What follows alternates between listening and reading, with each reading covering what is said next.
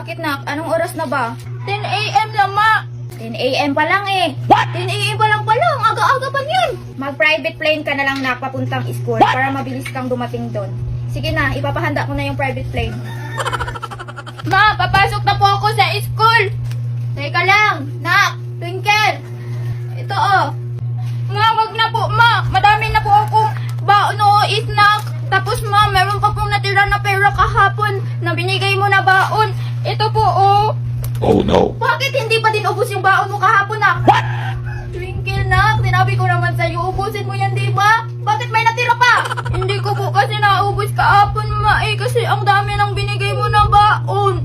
Hal, nakaka-stress ka talaga, Twinkle.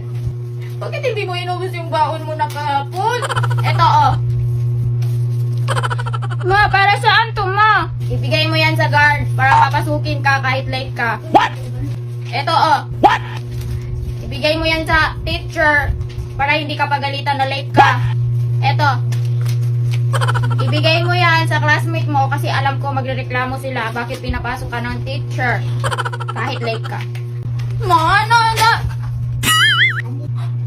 Ala, nalaglag. Nak Twinkle, huwag mong pulutin yan. Nahulog na yan sa sahig, madumi na yan. Kapag nahulog sa sahig, kalat na yan, Twinkle. Hindi dapat pinupulot yan. O, ito. Ito. Ayan. Sige na, pumasok ka na sa school. Pinanda ko na yung private plane. Pasok na.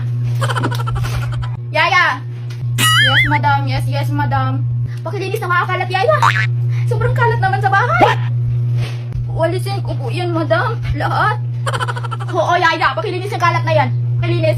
Yes, madam. Yes, madam. Nakaka-stress yung mga kalat dito.